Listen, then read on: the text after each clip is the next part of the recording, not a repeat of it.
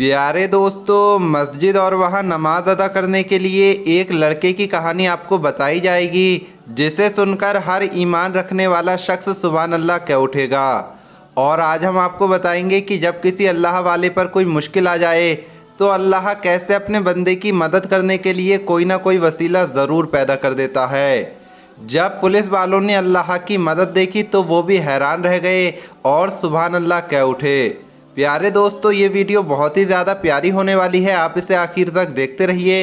Video में आगे बढ़ने से पहले अगर आपने अभी तक इस वीडियो को लाइक नहीं किया है तो वीडियो को लाइक करें। अगर आपने अभी तक हमारे यूट्यूब चैनल को सब्सक्राइब नहीं किया है तो चैनल को सब्सक्राइब करके बेल आइकन ज़रूर दबा दें। तो चलिए वीडियो शुरू करते हैं। दोस्तों, ये वाक़या है भारत के पंजाब में रहने वाले एक मुसलमान लड़के का, जिसकी उम्र तकरीबन 30 साल होगी।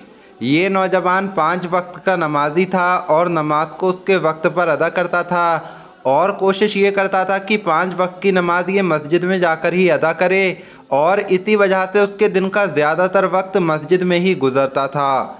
वो नमाज़ पढ़ता, फिर ज़िक्र करता, कुरान पढ़ता और इबादत में लगा रहता था। इस नौजवान का मस्जिद से लगाव देखकर गांव वाले और अहले इलाका ना सिर्फ इस पर रश्क करते थे बल्कि इसकी बहुत इज्जत भी किया करते थे।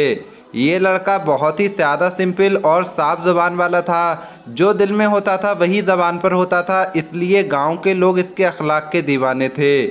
लेकिन दोस्तों, इसके अलावा इसका छोटा भाई काफ़ी ज़्यादा दुनियादार और लालची किस्म का इंसान था। बाप की मौत के बाद उसकी ये कोशिश थी कि जो ज़मीन इसके बड़े भाई के हिस्से में आई है वो उस पर भी कब्ज़ा कर ले।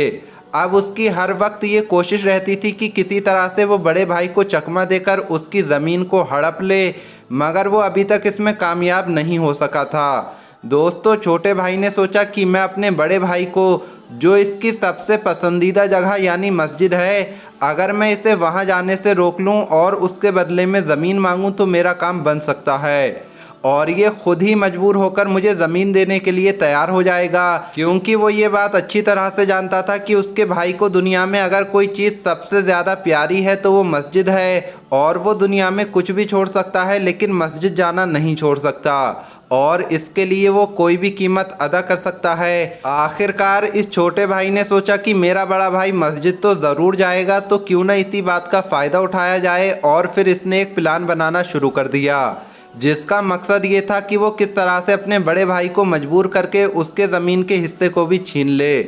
दोस्तों, ज़मीन के लालच ने इसे अंधा कर दिया था और इसी वजह से इसने मस्जिद में चोरी की और उसका इल्ज़ाम अपने बड़े भाई पर लगा दिया।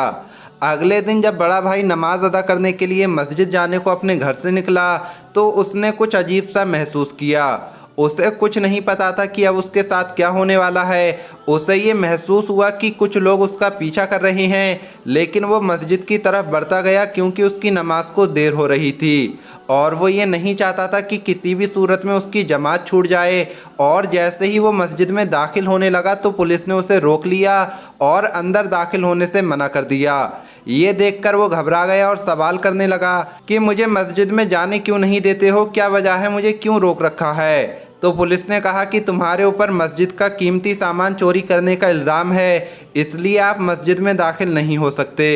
ये सुनकर वो नौजवान लड़का हक्का बक्का रह गया और डर गया, और फिर परेशान होकर सोचने लगा कि आखिरकार अचानक ऐसा क्या हुआ कि मुझ पर ये इल्ज़ाम लगा दिया गया है, और ये इल्ज़ाम किसने लगाया होगा। वो ये सोच ही रहा था कि इतने में जो लोग वहाँ इधर उधर मौजूद थे वो जमा होने लगे और ये गवाही देने लगे कि ये लड़का तो बहुत ही नेक इंसान है, किसी को तंग नहीं करता है, ये तो रोज़ाना नमाज़ पढ़ने के लिए आता है। इस पर ये झूठा इल्ज़ाम लगाया गया है, लेकिन पुलिस ये कह रही थी कि इल्ज़ाम इसी पर लगाया गया है, और क्योंकि हमें बताया गया है कि इसका सबसे ज़्यादा वक्त मस्जिद में ही गुजरता है तो हो सकता है कि सामान इसी ने चोरी किया होगा।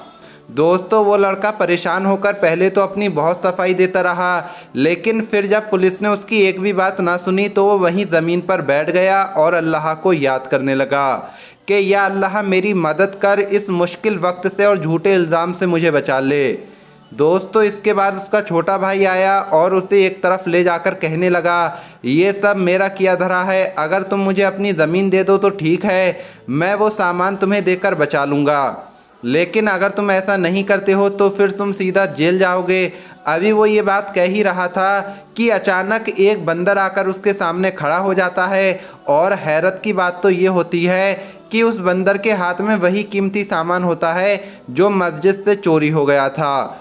छोटे भाई का एकदम परेशानी से रंग उड़ जाता है और वो परेशान होकर ये सोचता है कि ये कैसे मुमकिन है। ये सामान तो सिर्फ मेरे पास है और इसका पता भी सिर्फ मुझे ही पता था कि मैंने ये सामान कहाँ रखा है और किसी को भी नहीं पता था।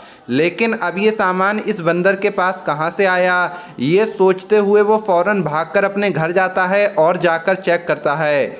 वो ये देखता है कि जहाँ पर उसने सामान रखा था अब वहाँ पर कुछ भी मौजूद नहीं था। छोटा भाई ये समझ गया कि ये कोई और ही ताकत है जो इसके बड़े भाई की मदद कर रही है। इसने ये पूरा प्लान तैयार किया था कि वो मस्जिद से सामान उठाकर लाया, उसको लाकर अपने घर में छिपा दिया ताकि इल्ज़ाम अपने बड़े भाई पर लगाएगा और वो मजबूर होकर या डर कर उसे अपनी ज़मीन का टुकड़ा दे देगा। लेकिन इस सामान को चोरी करने के बारे में सिर्फ यही जानता था और इसी को पता था कि सामान कहाँ पड़ा है, इसके अलावा किसी और को खबर नहीं थी। और अब वो सामान वहाँ से गायब हो चुका था। पुलिस को अब सब कुछ पता चल चुका था कि सामान बड़े भाई ने नहीं बल्कि छोटे भाई ने चोरी किया है। उसको फ़ौरन गिरफ्तार किया जाता है और जेल में डाल दिया जाता है। उधर बड़ा भाई अल्लाह का शुक्र अदा करता है और ये बताता है कि जो इंसान अल्लाह वाला होता है तो फिर अल्लाह भी उनका हो जाता है और मुख्तलिफ वसीले बनाकर उनकी मदद करता है।